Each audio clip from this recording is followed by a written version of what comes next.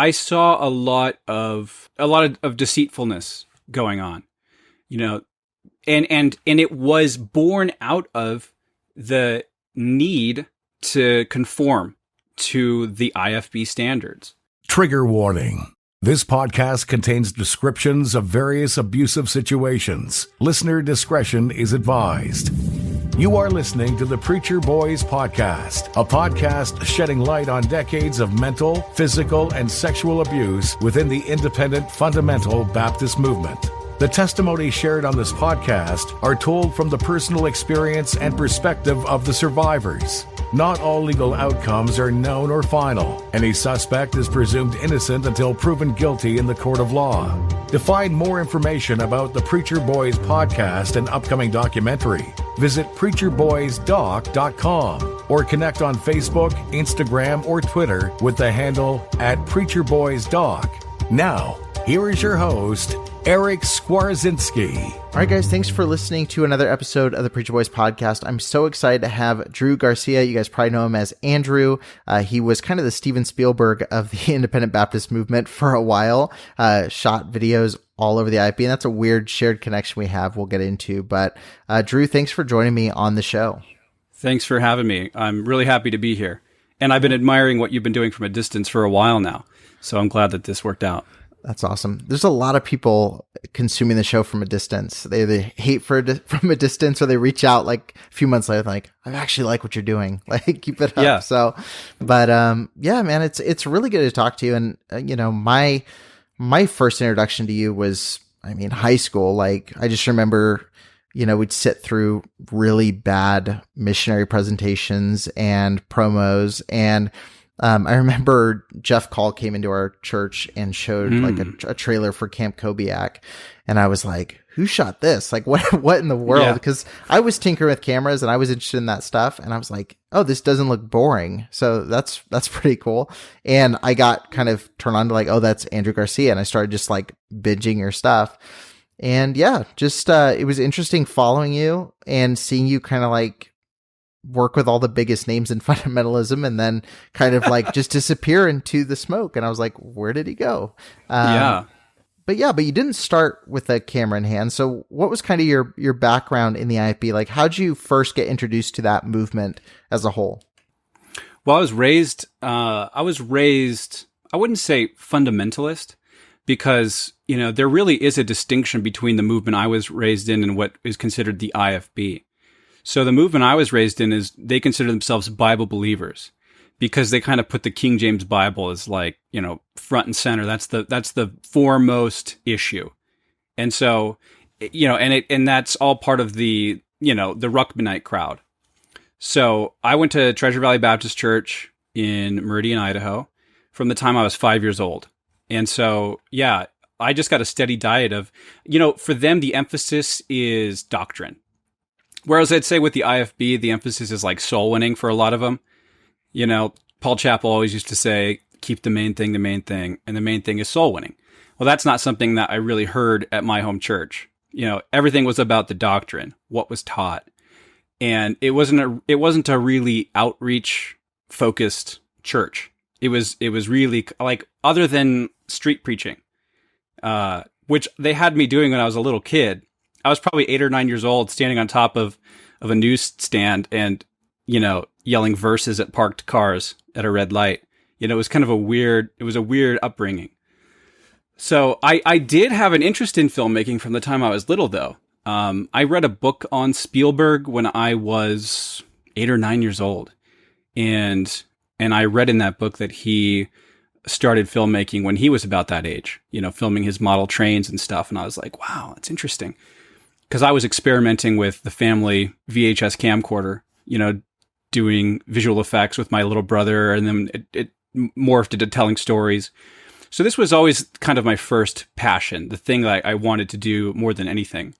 My parents were deathly afraid of me turning this into a career because it meant going to Hollywood and being corrupted by the world. So they made it clear to me that this is something that you can do as a hobby, but don't even consider doing this as a career. And even into high school, I I would bring them pamphlets for Bob Jones University that had a film program. Be like, what about this? What if I become a Christian filmmaker? And it was like any mention of it was just shut down. So yeah, like this was my passion. But eventually I kind of, they broke my will and I decided, okay, I'm going to go surrender to the ministry then. I spent a few years going to the Church Bible Institute at my home church. And then from there, my sister Rachel, was interested in going to West Coast to finish out her Bible college years. So I was just kind of tagging along with the family while we were on vacation down there. And Dr. Rasmussen showed us around the campus. And I had never left Idaho. You know, I was 19 years old. So it was like the opportunity for a new adventure. And so he kind of talked me into it. And there was quite a battle, actually, that had to happen between my dad, who was an assistant pastor at our home church, and the pastor who was adamantly against anybody going to another Bible college besides our church Bible Institute. So my dad won that battle. It was tense and awkward, but eventually I left for Bible college. I transferred credits, and so I came in as a junior. So I went to West Coast for 2 years, and I excelled there. You know, I guess I was a natural leader. They made me a room leader my second semester. Then I became a dorm supervisor there. And then I was brought on staff. I led like the summer internship program for, you know, the guys. And then I went on staff, after I graduated. This is like 2007 to 2008. Yeah. So anyway, that's kind of the background of what led me all the way to the IFB. We have a pretty similar background. The only difference is like my family, and like I feel like I won the lottery as far as the IFB goes, of like my family from day one was like, oh, you're probably going to be a filmmaker. You're probably going to be this. Like, you're very artistic. They never pushed me to be like, oh, be a pastor or do this. Like, and so I had that support system, but I always felt in a lot of ways, like, especially near the end, I felt like I was like, I didn't fit. When we went to youth conference and they talk about like, oh, follow God's will, I was like, all the pictures they're giving of God's will don't look like me. Like, my personality, my interests, like my God-given talents don't fit this picture you're showing me. And so I always felt there was like this kind of rift between me and the IFB, even though I believed at the time, like, that's where I have to be, is the IFB, because that's the right way. That's the right way to live. That's the right way to have your faith. Did you feel that kind of rift as well? Like, did you ever feel like, is there something outside of this? Or did you feel constrained, like even in college, like, well, where else am I going to go? Like, this is as close to my dreams as I'm going to get right now. Yeah. You know, that's an interesting question, because I didn't necessarily feel that pressure to be in the full-time ministry as much, at least not from my church. My parents really wanted me to be in the full-time ministry, but it wasn't until I went to West Coast where it was like the only option. It's right. Like, yeah. Either you go to full-time ministry or you suck, you know? Or you do 1 year of Bible and then you can do whatever you want to do. But at the end of the 1 year, yeah. Full-time ministry. Yeah. Well, there's definitely some strong, you know, that's sort of like, you know, that's the way that they get you in so they can start upselling you, is that 1 year Bible program. So once I was at West Coast, I really felt the pressure, because it's not only coming from the top, but all your friends are buying into it. And all your friends are like, I'm going to plant a church here. I'm going to go be a missionary there. And you're like, I got to have a plan, you know, because I don't want to be left out. So I came up with this idea that I needed to go plant a church in, you know, Washington or Oregon, you know, that I was burdened for the Northwest. And that's kind of what I was running with for like a year or two. And Paul Chappell was, you know, kind of guiding me towards that goal. And that was part of what he brought me on staff for, was to kind of, you know, mentor me, to end up to plant a church. What was your position on staff? I did multiple things. So that year or so on staff was when I was a dorm supervisor for the college. I was a teacher in the school, which I should not have been a teacher in the school, but it was cheap.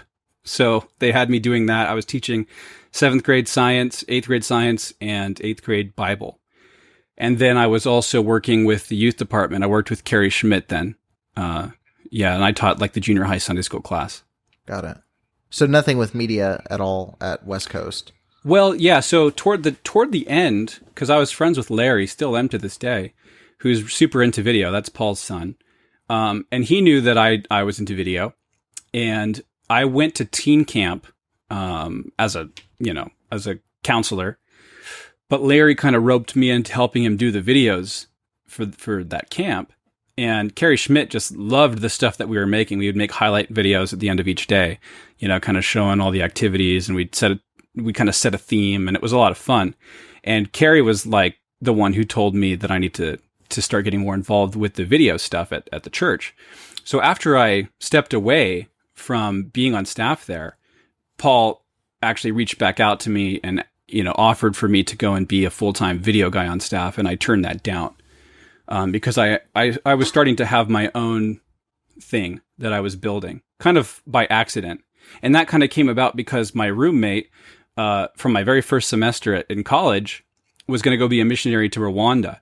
And he knew that I was into video stuff. And he was like, hey, will you help me make a presentation, which I'd never done before. But this is right at the beginning of like the DSLR revolution, like 2009, 2010. And I was like, I think we could do something kind of cinematic. And so he flew me down to Trona, California, where he was an assistant pastor, and we made this little presentation, and it turned out pretty well.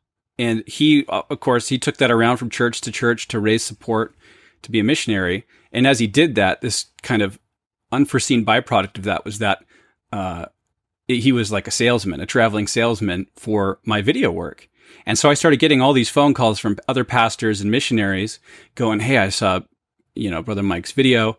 Will you do one for us? And so in about a year's time, it turned into a full-time thing for me.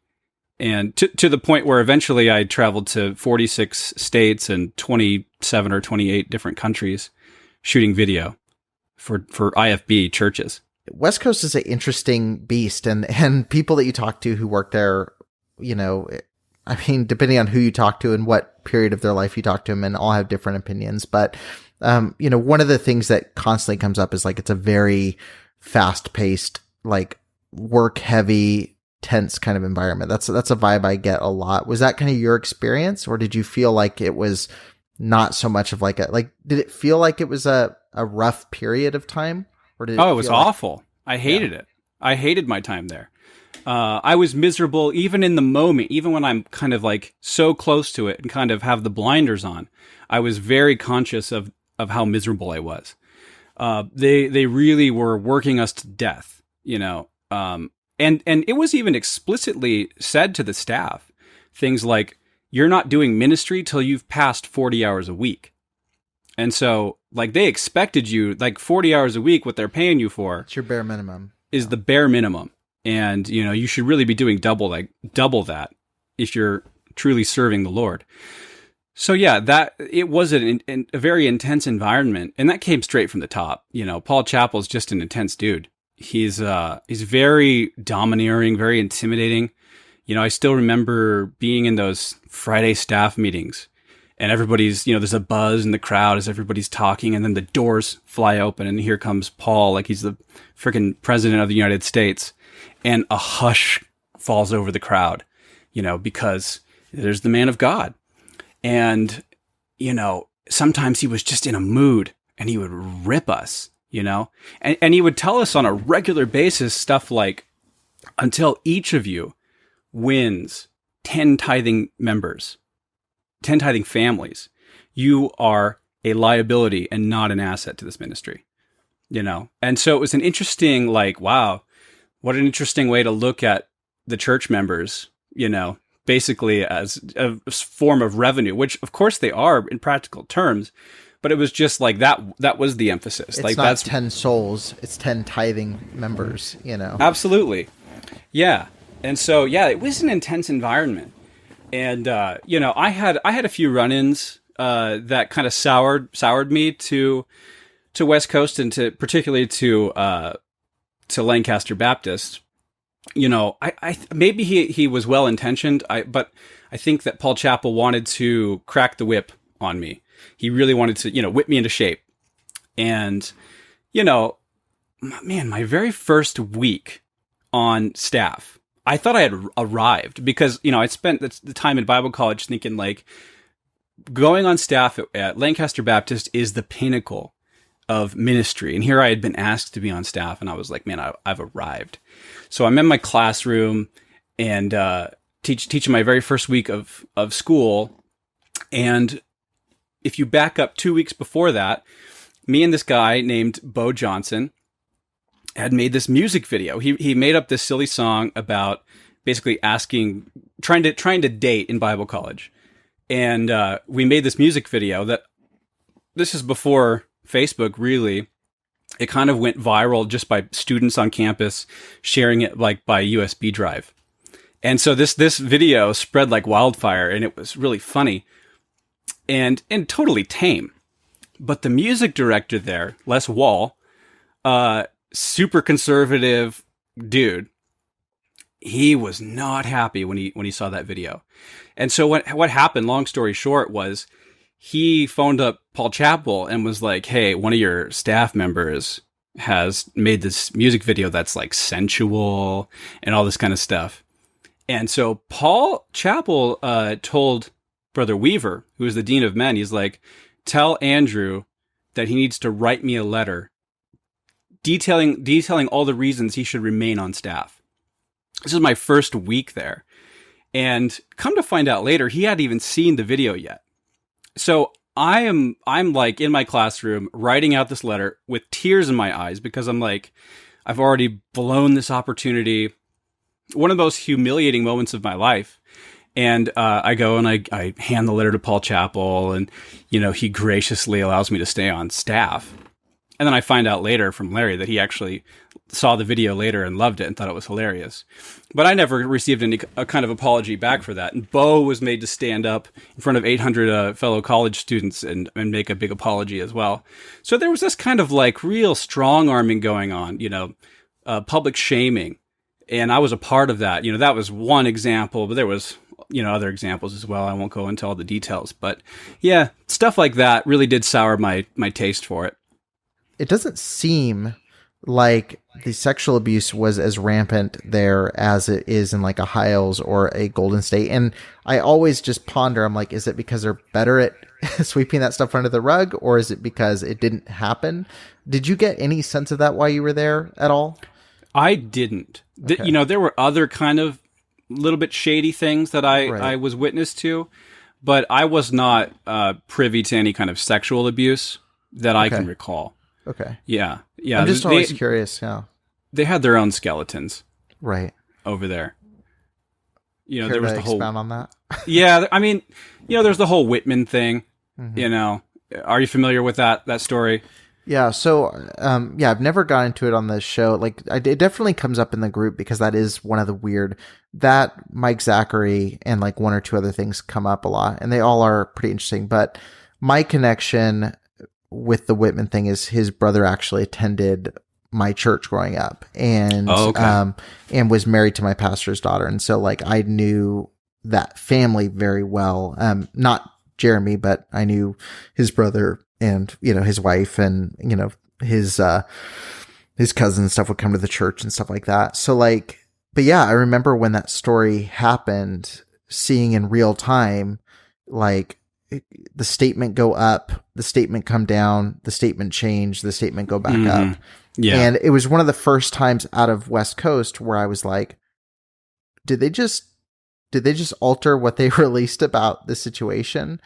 And, but anyway, I'll let you talk about it. But that was one of the things where it was like, and it's another one of those uncomfortable ones to like really dive into because it's like, I know people connected, and it is at the end of the day, there's a very tragic element to that story. Yeah. So it's like, it's one of those, what benefit does it bring to dig too much into it? Because I think at the end of the day, we're never going to know, you know what I mean? Like what really happened. Yeah. Yeah. I don't have a lot of salacious details that I can share. Just in summary, I was disappointed with the way that it was portrayed to the public because, having been on staff and having been close with the Chappell family, I knew just how integral Jeremy Whitman was to that ministry. Yeah. I mean, he was at the Chappell's house nearly every day. You know, he was waiting hand and foot on them. He was a good personal assistant, but the vibe that they were putting out was like, you know, this guy he wasn't really involved. He was not a staff member, or wasn't, you know, on the pastoral staff or whatever, right. But it's like he totally was. Yeah. So it was definitely some kind of like, you know, a little bit of deceitfulness. Yeah. Well, I remember when that news broke, and like, I just remember reading the article and then reading the statement. I was like, he's in all of their youth conference videos. He's like front and center of all this stuff. And then on top of that, it was like, you know, stuff Fundy's like, which, you know, they released like the staff manual, which had him listed as associate pastor, you know, that same year. But it was just one of those things where it was like, and that's what happened with Zachary too. There was a statement, and then it was like kind of weird. And then like they pulled it down. Golden State put one up and put it down. And then both of them put the same one that corresponded out together. It was just really weird. But like, that's the thing with, and I want to go back to this because this is kind of all ties together, is like when you talk about Chapel, the vibe that I get, and I talk with people about this sometimes, is like, he is one of those guys who would have easily made it in corporate America. Like if he wanted to build a Fortune 500 company, he definitely could have. Yeah. But with West Coast, you know, I think, and I wish he had, by the way, right. I wish that's what he had done. Well, he kind of did just build a big business out in the desert, but it's one of those things where it's like, I feel like West Coast is kind of safe from a lot of the sexual abuse stuff because of like how big of an adverse effect that would have on the ministry. You know what I mean? Like it feels like West Coast more than Hiles, because like Hiles just earnestly does like really bad stuff. I feel like West Coast, it's keeping the brand alive. Like we are this very tight ship. And anyway, I was just curious about it because I haven't heard from anybody, which makes me happy that that's not, but I'm always curious to know like if I'm missing something, because they seem to be like one of the few IFB colleges that doesn't have this long laundry list of like abuse cases under it. Yeah. I mean, I'll give them credit for that. So kind of stepping out on your own and, you know, becoming a videographer. And this is like where I think everybody probably knows your name from, who's in the IFB world, at least within that time period. You know, you were working a lot and you were, you know, you already mentioned you worked in almost every state. You were like in like 20 some countries.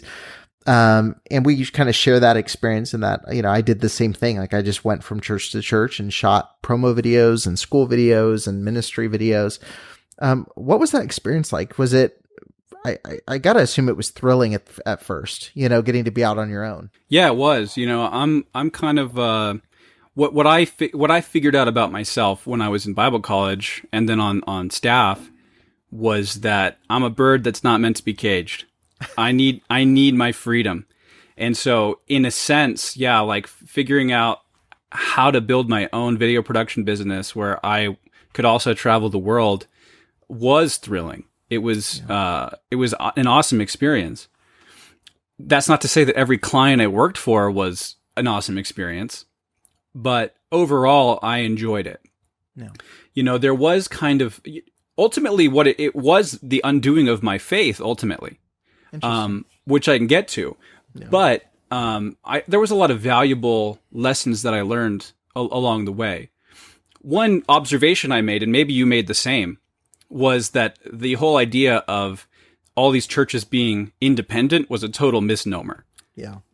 You know, they are completely interconnected, and they will hold each other hostage, you know, over differences in standards. You know, you let this kind of music in, you're no longer in our circle of fellowship. You know, that guy plays this kind of music before the church service starts, so we don't fellowship with him. And so they keep everybody in check with the standards in this way. And so it's been a decade since I was really, really tight into that world.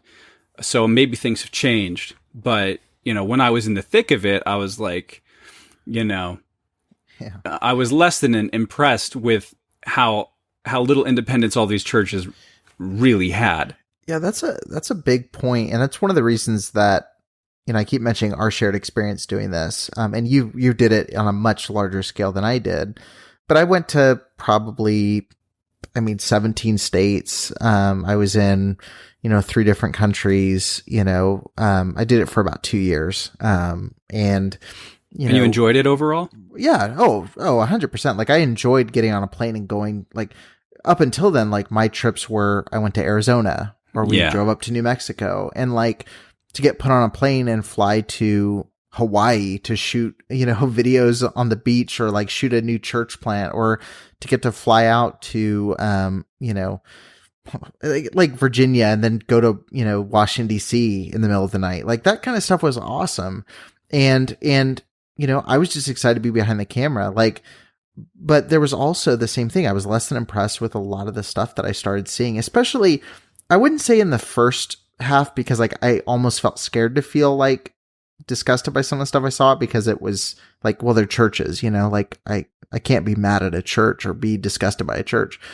But it was one of those things where seeing all these churches in such close proximity, and churches that for all intents and purposes, as independent churches, shouldn't look anything like each other, because a church in Hawaii shouldn't look like a church in Virginia if they're totally independent of each other. But one of the things that people often critique the show about is that you lump all the IFB together. And I'm like, I've been to a very large sampling of IFB churches in a variety of different states, a variety of different countries. I've served as a missionary for 2 years, and like I had support coming in from North Valley, like I've seen how all these churches operate and what they do. And to say that they're independent is disingenuous at best. I told someone a while back, like the first word that independent fundamental Baptists use to describe themselves is a blatant lie. Like there's no independence in that world. No. There are some that are independent, but they usually like aren't IFB for very long. They usually end up being something else, like a Josh Tice or, Josh Shermler or someone like that. So, what's some of the things that you saw that did kind of bother you or frustrate you as you kind of moved around? Was it just that they were disingenuous about being independent, or was it a specific kind of attitude trait or like some kind of moral thing that you started feeling weird about? I mean, there were so many things. I just to summarize, I guess, I saw a lot of deceitfulness going on, and it was born out of the need to conform to the IFB standards, right? So an example of that would be probably a half dozen different pastors. For some reason, maybe because I was like this third party coming in. Maybe it's the vibe I gave off. I don't know. But people felt comfortable confessing things to me. I know. Yeah. Did this happen with you too? Yeah, man. Case in point, I was at a church in, I won't name it because it's kind of a petty thing to talk about, but I just remember I visited a church and the guys driving me back to my hotel room. And like, I think part of it's because you're out at 3 a.m. after getting like cheap food and you're just talking. But I just remember like I just filmed the pastor speaking, and then like the guy driving back was like complaining because he was like, I was supposed to be the next one up and was supposed to be the next pastor, and there's another guy who thinks he's going to be the pastor and he's all upset about it. And it was like a high school girl being like, oh, she made cheer team but I didn't, kind of thing. Yeah And I was just like sitting there, I'm like 18 and you're like dumping that you're like not in the ministry position you want. But there was all kinds of stuff like that where you just be sitting in the car. You just had like the greasiest fast food ever that they would give you. And you're driving back to your cheap hotel and they're like just dumping all of this drama on you. Well, you're lucky if they put you at a cheap hotel. A lot of times they put you in with some random church family or a disgusting prophet's chamber. Yeah, right. So like, what was some of the stuff that you would feel like people would talk to you about a little bit? Man, I wish I could remember all the different stories, but I can tell you that there must have been a half a dozen different pastors who told me that they will go to the next town over, or when they're on vacation and they're away from anywhere they might run into a church member, that they go to the movies. But over the pulpit, they preach hard against the movie theater, or that they'll wear shorts, and that their wives and daughters will wear shorts or jeans or whatever when they're on vacation. They didn't believe this stuff. that they were preaching, but that was the standard they were supposed to maintain. Because if you take your youth group to a camp and you're meeting with a bunch of other churches there, and your teens are wearing jeans and short shorts, and everybody else is in, culottes and skirts, it's not going to be long before you're anathematized. So there was a lot of this disingenuousness that I was privy to. Yeah. I always chuckle when I see, IFB pastors rail against the seeker-sensitive movement, because the Independent Baptists, in many ways, were very seeker-sensitive. They were looking for IFB seekers who were looking for the tight dress code, the King James only. I can't tell you all the pastors I've talked to where, we use the King James because, our people expect that. And, it's like, so it's not because of any other reason than people might get upset. And, I already know that my mom will get upset because she listens to the show, but like my family, my family's very much like, okay, it's the rule, so we follow it, with the staff side. But, like for the longest time, and she'll fight me on it now, but I swear this is exactly what was told to me when I was growing up, was like, we don't go to the movies because all the staff signs a piece of paper that says we can't go to the movies. Yeah. And right after I'd graduated, my parents started going to the movies. I was like, what? And they said, well, now we can go to the movie theater, but we have to go to the next town over. So that way, like, that was the rule now. We have to go to the next town over so people don't recognize us and assume we're seeing a bad movie. Yeah. I was like, that's so weird. Like, that's like, if it's either wrong or not, like, it's one of those things where it's like, it's not less wrong if you go 30 minutes away. So It's like, is it just totally a hypocrisy, like appearances thing? Or is it like, oh, it's not wrong and we made a mistake? But it's rare that you're going to get a church to say we made a mistake. No. Yeah, it's the stumbling block argument, I think. Yeah. At that point, it's like, you just want to have a good testimony. Which, by the way, the whole idea of a testimony has always been strange to me. Because it's like, who are we really living our lives for? Like just to impress other Christians with our standards? Or to actually be some kind of a witness for Christ, and like what is the definition of a testimony to these people? Because I think in a lot of cases, the way they live is very unappealing to the average secular minded person, like weird things like, demanding that the restaurant you're eating at turn off the music that's playing over the speakers, or like I remember Sam Gipp telling a story one time to our church about how he was out to, lunch at a restaurant or something like that, and he was praying over the food, and the waitress came up and interrupted the prayer, and that he read her the riot act for doing that. And it's like, do you think that's being a good testimony? Like, do you think that she's going to have anything to do with what you've got? Because I think we've got a complete backward idea of what that means, So, yeah.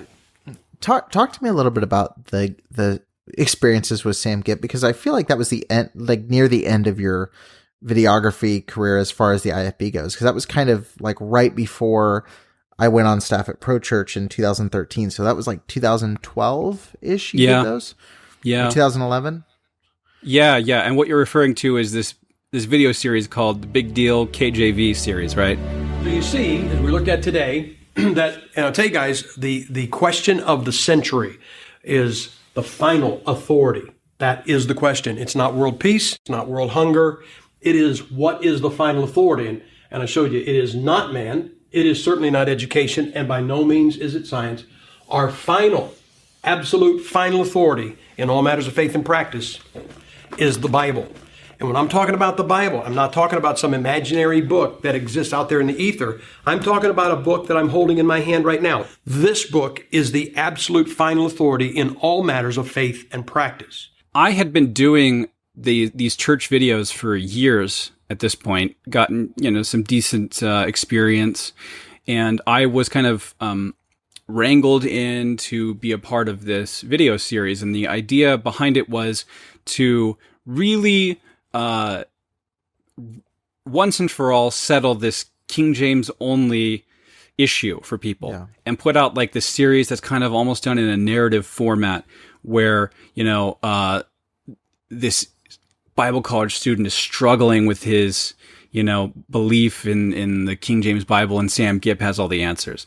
So I was hired to basically make it look pretty, and in doing so, add validity to what they were doing. Because you know this as well. Like if you can make something look polished and look nice, there's some weight behind it. Right. All of a sudden, and so that was very, very much a part of the intention. So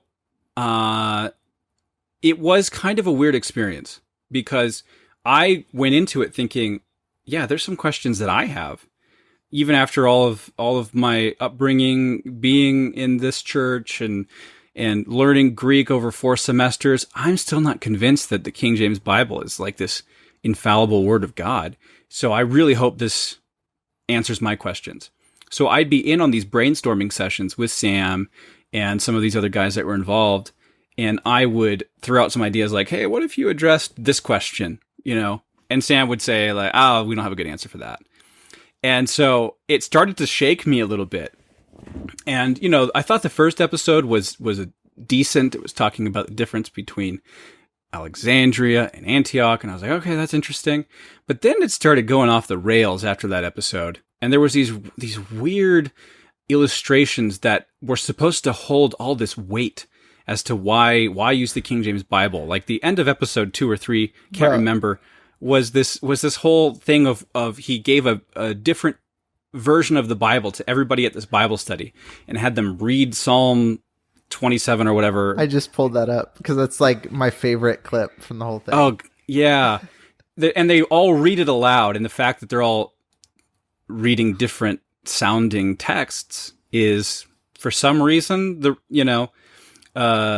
evidence that the King James Bible is the Word of God. I never quite made that leap myself. I got it. Play it really quick because it's so funny. That was where I was like, I was already kind of past the like King James only thing. Yeah. And this was like the funniest clip from here. I haven't seen this in so long, dude. Real quick, I feel like you've come in here and, okay, you've shown us some problems with our Bible and some of it's funny, and you just come in here and you're just causing division now between us when we're trying to learn the Bible together. Well, I understand the sentiment of that statement, and sometimes it is construed that way, like you King James guys are causing division, and if it wasn't for that, we would have unity.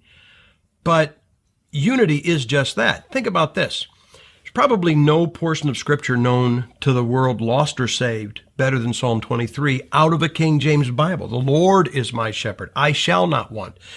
So even a lost world knows what that sounds like out of a King James Bible. How about we just do it? How about we just all read? We'll read from all the versions you have. We'll read Psalm 23 in unison and see how it sounds. Okay?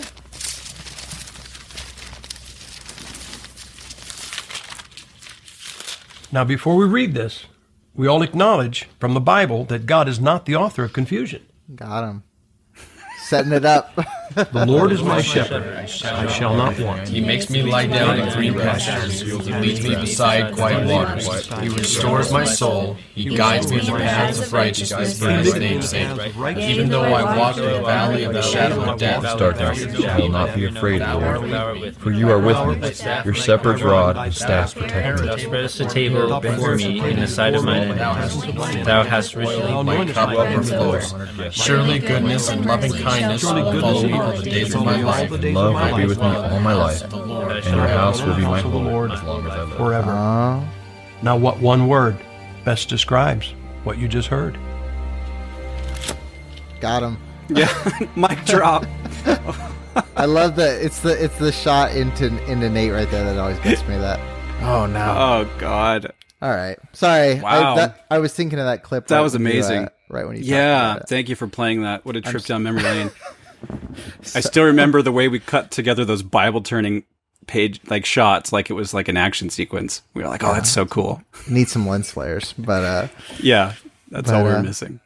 Yeah, man. Wow. So yeah, Gip's an interesting character, to say the least. Yeah. So what was he like? Because he's blocked Preacher Boys on Twitter, but yeah, he's just an interesting dude. Like you watch clips of him, you know, and I think it's because he is like such a weird character. Like he tends to get a little bit more publicity than he probably would normally with his. Yeah, he's super eccentric. Yeah, here's the thing. He is genuinely a very funny person. Yeah. Like, I feel like when you're listening to his sermons, like he's, in a way kind of living out some kind of fantasy of an alternate reality where he's a stand-up comedian. Because he's just constantly, quipping the whole time, telling funny stories. And he's an entertaining speaker. But he's also a real jerk of a person. I already shared the story about him telling off the waitress for interrupting his prayer. And he would share stories like this all the time of, times where he was being completely unchristlike, but saying it like he was, he's the hero of the story. And everybody is amening this behavior, from the pews. So, when we were working together on these videos, I got to spend some significant time with him, and in one sense he's a likable guy. In another sense, there's some real flawed characteristics. I would even say that there's some racist tendencies. He's certainly a xenophobe.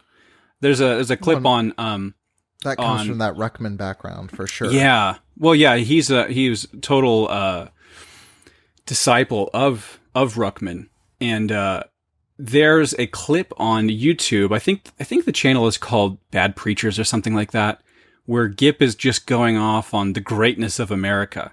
And he's talking about how other countries who wave their flag with pride have nothing to be proud of. It's American exceptionalism.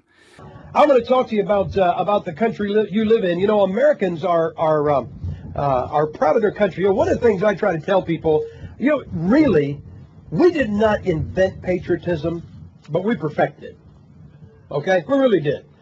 We have got a flag that we can be proud of.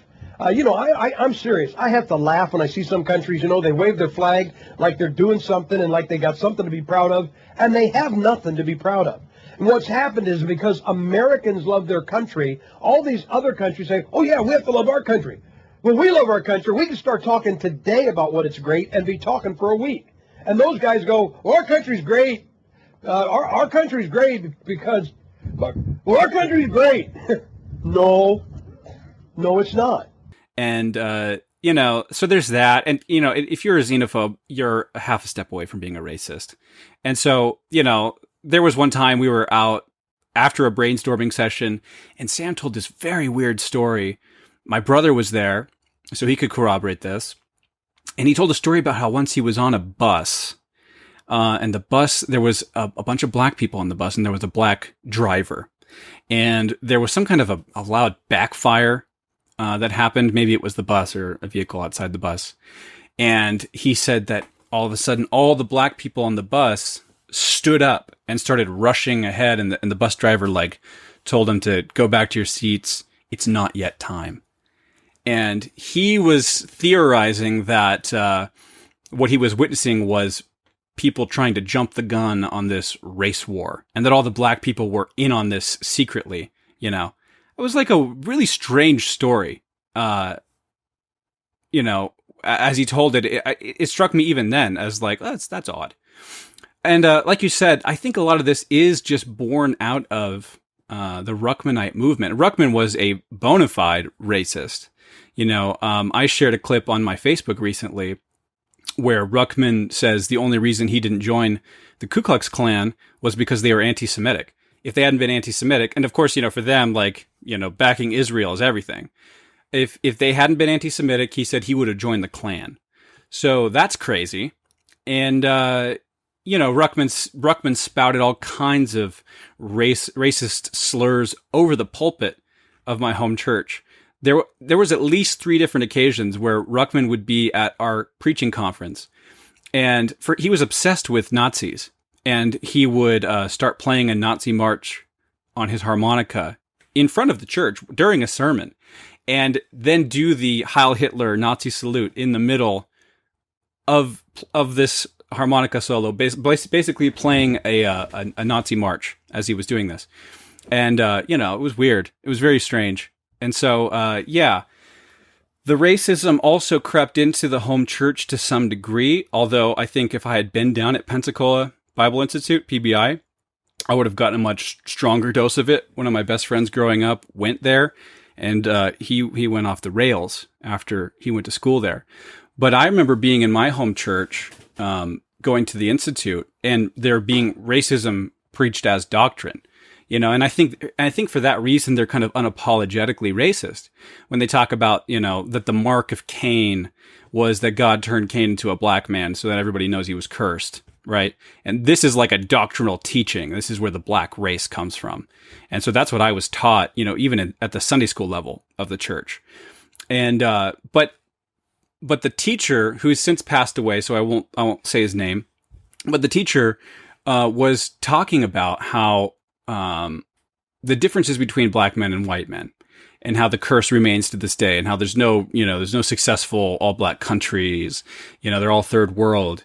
And then he would do weird things like he drew a straight line on the whiteboard, and then he drew a squiggly line next to it. And he said, up top you have a white man's hair, and underneath you have a black man's hair, and that squiggly line indicates that they're cursed. Just all these weird anecdotes, that were incredibly racist. And I'm looking around at all of these very impressionable, all these impressionable Bible college students who are just soaking in this terrible information, and even amening it. And it was very disturbing to me. And it was actually that lesson that made me go to the assistant pastor at the time who ran the Institute. And I said, look, there's this racism being taught, in the Institute, and I can't continue to go here if something is not done, if he's not removed, if this teacher's not removed from being a teacher. Not only was he not removed, but the next week he was preaching in the main service. And that was the beginning of the end for me going to church there, when I realized that the racism was still very much integral in the church and wasn't going away. How old were you at this point? So this is like... This is after Bible college. Yeah, the backstory there is that I never finished the Bible Institute at my home church. Like I said, there was a lot of tension over me leaving, transferring my credits to West Coast. So when I finally came back, the assistant pastor talked me into finishing up my degree back at home as well and getting my Bible Institute diploma.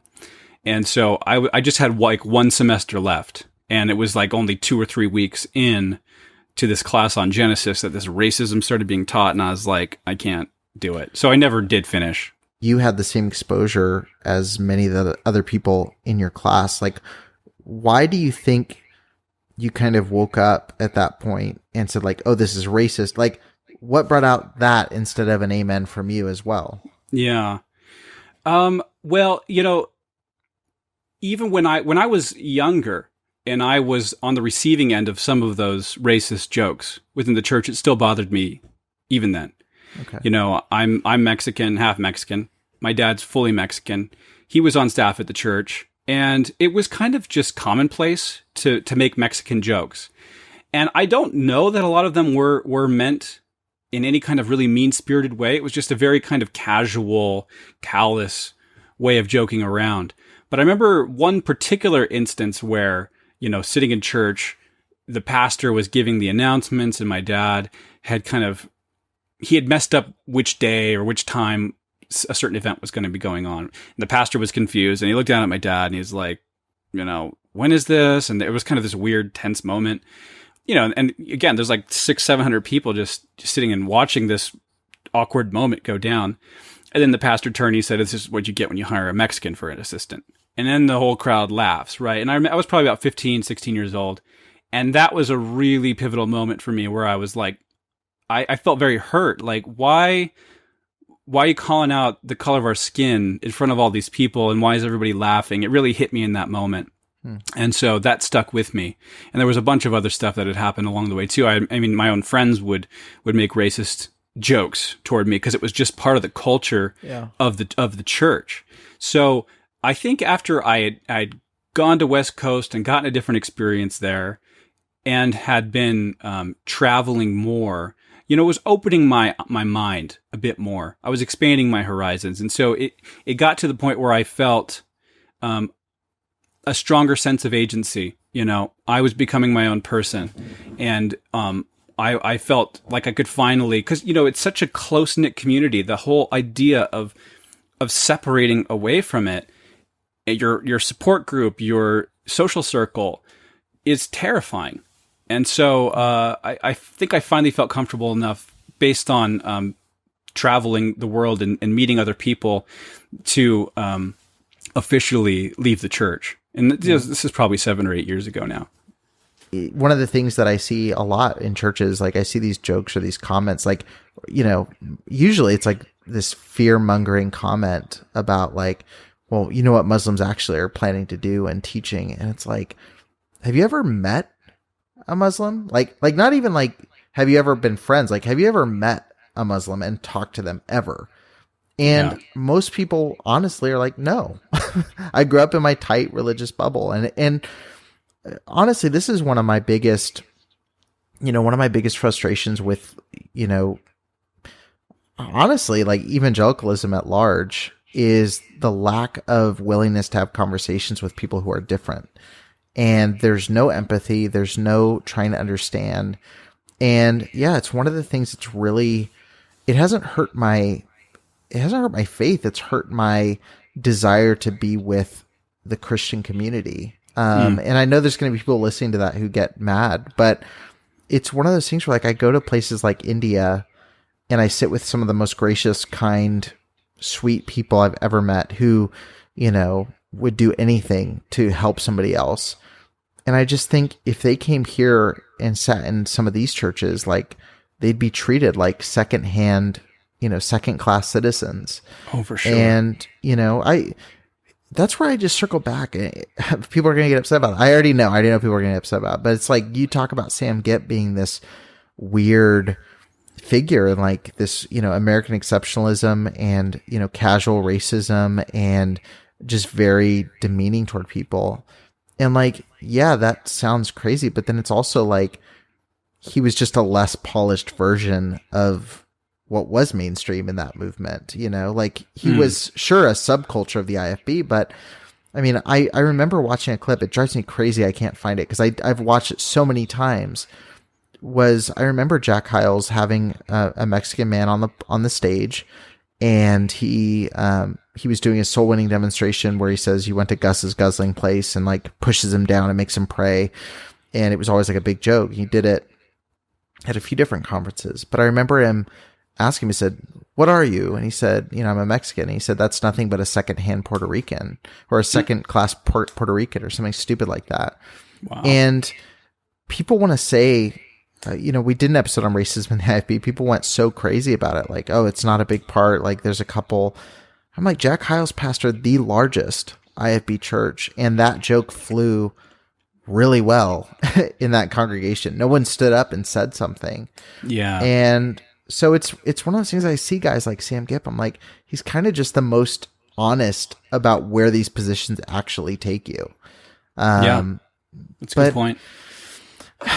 I'm curious. You'd mentioned earlier, going to these churches, seeing such a broad grouping of independent Baptists did lead to you kind of chipping away at your faith a little bit. Yeah.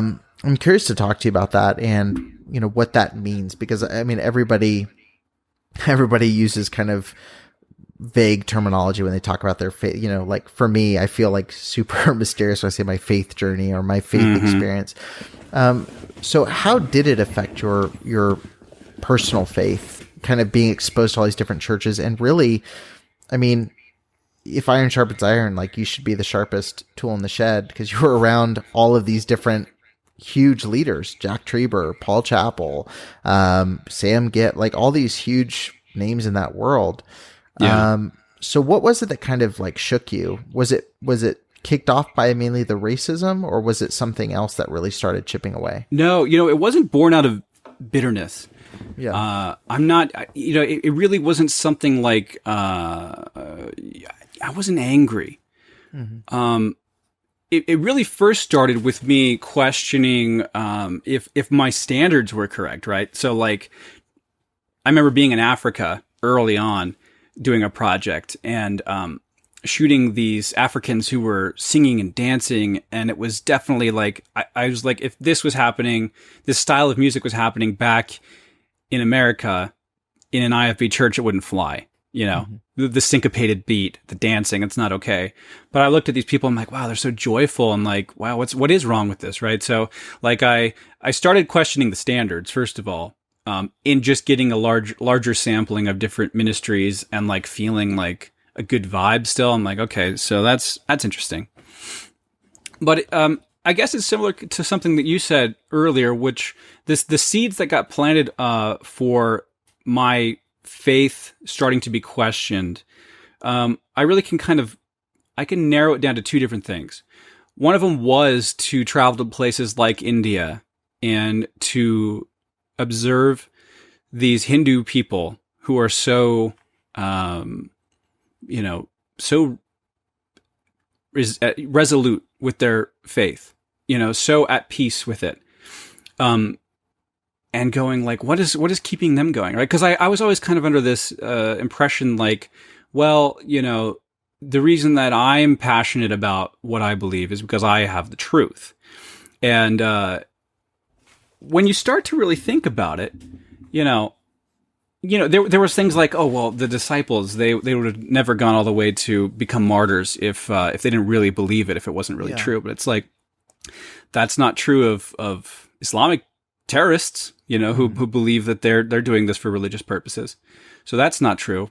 And observing different religions and seeing that this is bringing peace to people, whether it's the IFB movement, whether it's much more contemporary version of it, or another religion entirely. I'm like, that's really doing something for that person. I started observing this, and that kind of gave me pause. And the other thing that happened, and this was the death knell, was when I was doing those videos with Sam Gipp. All of my faith had this foundation of like, look, the Bible is the inerrant, inspired Word of God, and it has to be. If it's not that, then your faith, crumbles. So I always knew that, like in theory, that's why we believed it was, the inspired, inerrant Word of God. But like when that seed was first planted in my mind, that perhaps the King James Bible is not inerrant, the floodgates really opened. And it was just in doing my own study, I would start to look at things like, if you look through the Gospels and you see how the events do not line up between the different writers of the Gospels. In particular, you look at something like how John says, Jesus died the day before the Passover, but Mark says it was the day after. That's irreconcilable. And so what you have to do is go like, okay, so there's human error. There's human error that's in the Bible. And once that happens, you quickly realize that you have to become the authority. It's not the Bible anymore. Because if you can't really trust that the Bible's accurate in every way, what can you trust at all? And so that led me down a path. Of questioning a whole lot of things. And it was a very scary prospect at first, because, to question your whole belief system with hell, your eternal destination, on the line was like, wow, I don't know if I can do this. But, what I figured out really quick was, I had to kind of admit that everybody baseline is an agnostic. Everybody's agnostic, and you have de facto theists and you have de facto atheists, but nobody knows. You can say, I said I knew beyond a shadow of a doubt that Jesus was real, and my faith was the true faith. I said that all along, but I realized really quick that was just an artifice. And so once I finally could admit that I'm really an agnostic, and everybody else is too, they just don't want to admit it, then it became a lot less scary. I never looked at what the LDS religion or what Islam, what are the consequences for not following their faith, where it never scared me. And that very quickly became how I looked at the Christian faith. Like, it didn't scare me anymore, like what the consequences were for not believing the way that I was raised to believe.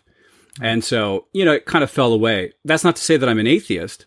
That's not to say that I'm not even spiritual. It's just that the whole facade of religion kind of crumbled for me, and the whole man-made system crumbled for me.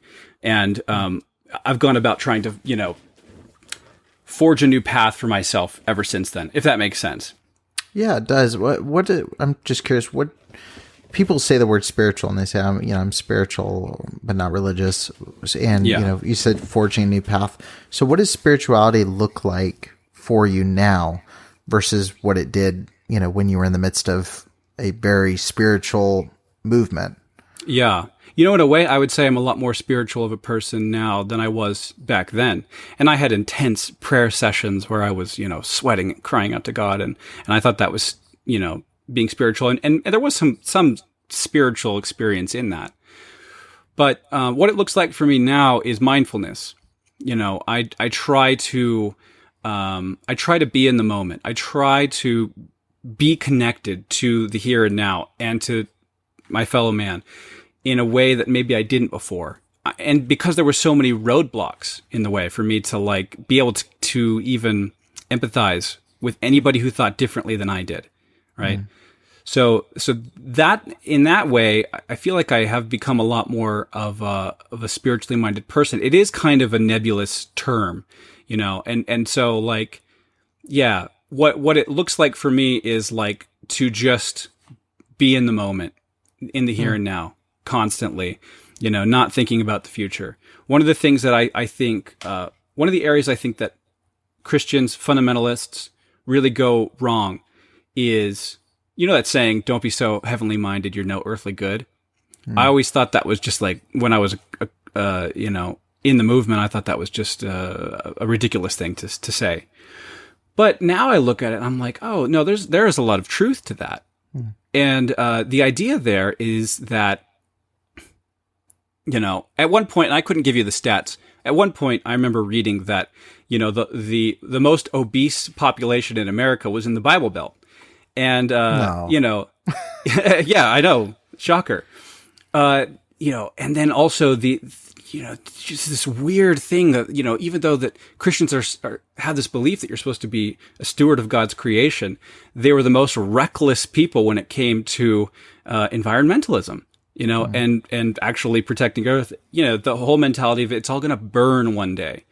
This is, I think, the heart of the saying of being no earthly good, right? Is that you're not being in the moment. You're living your life in light of the judgment. That was the saying.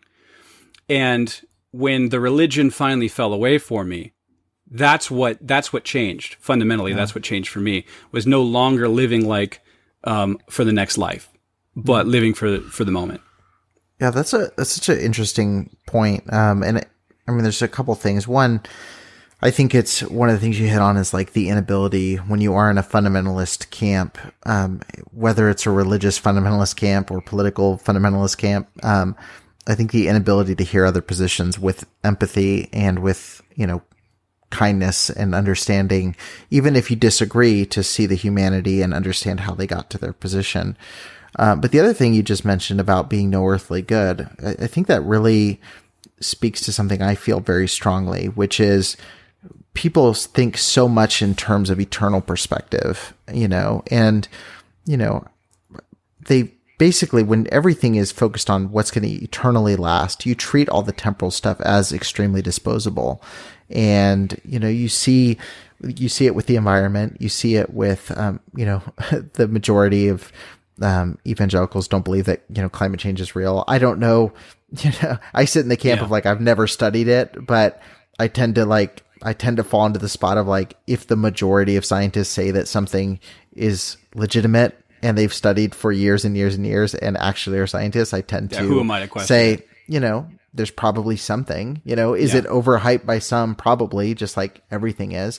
Sure. But is it a total hoax? just because, the Bible doesn't mention climate change, that, like, for me, that's where I'm just like, there has to be some room there. But yeah, disposable with the environment, disposable with people who don't, propel the cause. I think you see that with the IFB. I interviewed a lady and said, why do you feel that you were so quickly removed from the church after you were assaulted, but your abuser was kept there? And she said they weighed out the two, which one brings more value to the bottom line of the church, and that's the one that they kept. And, I see that so often where it's what's going to hurt Christianity, what's going to hurt the church, what's going to hurt our reputation, what's going to hurt our goal. Like if this gets out, are people going to come to our church? And when you're thinking in that terminology, like, you're throwing out so many people who deserve value and respect and, empathy and kindness, just because they don't fit into your eternal lens. And when you start making those judgments for yourself of who has value and what has value, and to the point where you start ignoring like things literally the Bible says has value, which is, like you said, stewarding God's creation and taking care of widows and orphans. Like, when you're trying to pay off a multi-million-dollar facility, widows and orphans become very hard to prioritize, and, I'm getting onto a rant, but this is one of my things with, with evangelicalism though, is, and a lot of times people listen to me and think like, oh, are you an atheist? No, not at all. But one of the things is, I sit here and I look at multi-million-dollar mega churches, and I see, out of necessity, they have to be businesses. Out of necessity, Lancaster Baptist Church has to have this many college students and this many people in the school. Yep. And it does affect who you can reach out to. I mean, we see this happening with Golden State, with Jack Trieber. Like, they're losing $1 million because their school and their college isn't open. And it's like, at that point, can they keep on the Christian mission where Jesus said pure and undefiled religion is caring for widows and orphans in the time of their affliction? It wasn't building a new modular or building a new building or, or fighting for a new Supreme Court justice, it was caring for the widows and the orphans. Like, that was religion as Jesus spoke it. And so when I sit there and I look at all these churches that are so focused on the legacy of their specific ministry and the name on the building and, creating a new campus or enrolling a certain amount of students, how far we've come from what Jesus said Christianity even is. And we've industrialized American religion and have created this idea of American exceptionalism and becoming this moral majority. And that's been what the fight has been. And so, as someone who does consider themselves a believer, I feel like a pilgrim in a strange land when I walk into a church and the goal is the love offering and the building fund and, screaming at people who are a different race, religion, or sexual preference. And I just don't see Jesus doing that same thing. And I don't see any moral system doing that.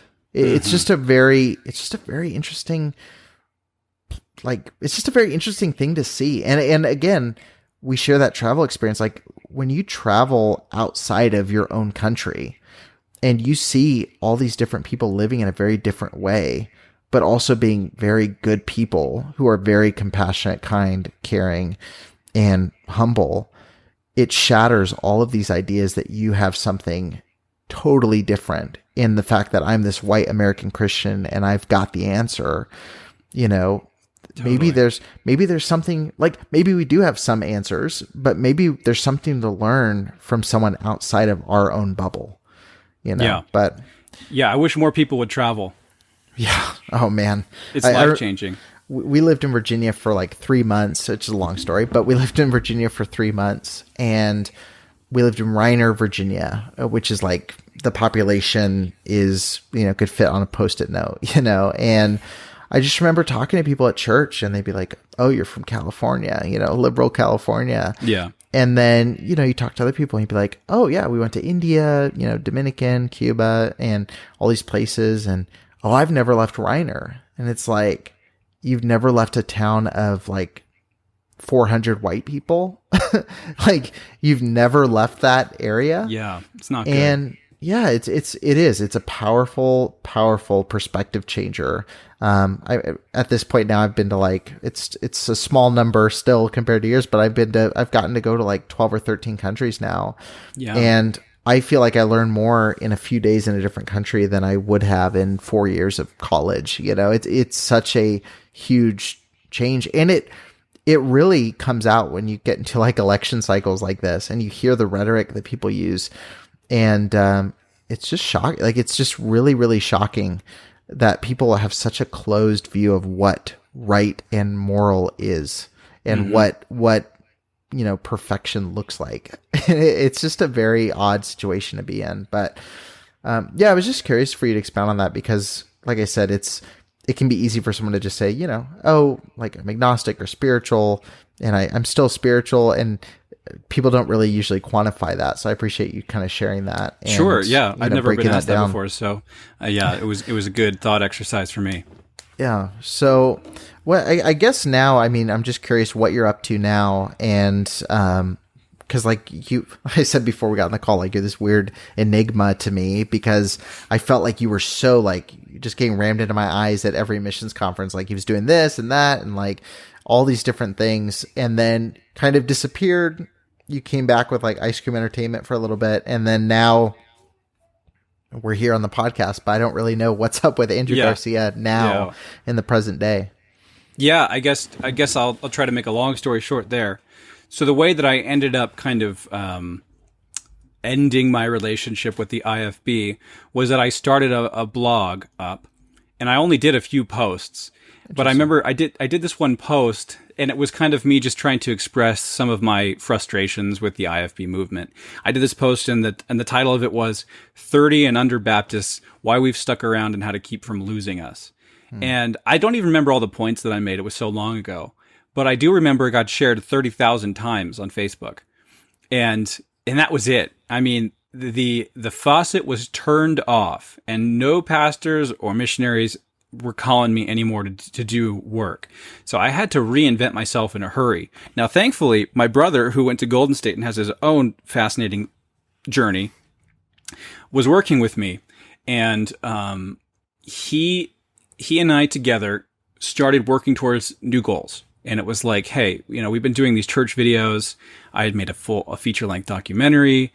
We had been kind of aiming towards maybe being faith-based filmmakers, something like the Kendrick brothers. And we quickly got off of that path, and we're like, hey, we've been telling stories with videos since we were kids. Let's keep doing that. And so we started telling our own stories. There was a period of time where we were just doing video contests, full time, entering video contests, and we were winning. We made almost $100,000 in just a few months winning video contests. And we were able to kind of fund our own production company with that money. And then we took some of the highlights from the videos that we were making there. We started pitching ad agencies, and we became commercial directors for a period of time. All the way up, like we just reached out to Dr. Ben Carson's presidential campaign last go around 4 years ago. And we're like, hey, you guys need help, and we have an ad for you. And he was like, Barry Bennett, the campaign manager, was like, let me hear the idea. We had no idea. We just tweeted that at him. And so we dreamed up this crazy idea over lunch. We pitched it to them, and he was like, yeah, let's do it. So next thing you know, we're traveling to 10 different cities and shooting this national presidential campaign ad. And we're like, wow, what's going on? So we were finding this success doing this stuff, but we quickly started feeling frustrated with even that, because what we realized was, like, ultimately we're not really directing these commercials. It's the creative director, it's the client that still ultimately has the final say, and we really want to tell our own stories. So from there, we made a short film called Hero, and it was kind of like really true to who we are as storytellers. It was about this group of boys and their big imaginations, what they picture as they play themselves as adults, as these heroes. We got this great score for the film done in Prague, in the Czech Republic, and that film we put in the film festival circuits, and that eventually led us to getting a manager down in LA. He took us around to all the major talent agencies there, and we ended up landing an agent in Hollywood. So it came full circle. My parents' worst nightmare came true. I became a Hollywood repped director. So the place that we're in right now is that we're writing screenplays. So we were going to Hollywood all of last year, and we were going to all the major studios and pitching TV shows and movies, having general meetings, that sort of thing. And eventually we kind of narrowed it down to like, okay, here's some concepts people really like, and they want us to develop into screenplays. So we've been writing for like the better part of a year. And COVID really kind of messed everything up for us. Yeah. Last month, we were supposed to be directing a show on HBO Max, and the show, of course, got postponed probably sometime into next year. So that would have been our first like real big Hollywood directing gig. And we were going to direct the pilot episode, and that would have been it's really hard to get into directing television. Oh, yeah. No. But, so we essentially broke in, and now we're just kind of on hiatus for a while. Yeah. We're doing a lot of writing, which I'm not a fan of writing, but it's a necessary evil because everybody wants you to be a package deal. They want you to be a writer-director. It's very hard to just come in as a director. So, yeah, that's the long story short of what's been going on ever since I got out of the IFB.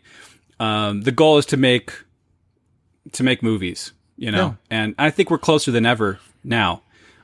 Just biding our time, we're close. I'm excited about it. No, that's amazing. I mean, it's kind of Bible Belt to Hollywood, it's you kind of knocked out the journey, but it's, man. I mean, that's awesome. And I share, I'm trying to nail down what that is for me, but I definitely know creating content is what I want to do. And the podcast, I didn't think I would like doing as much as I have.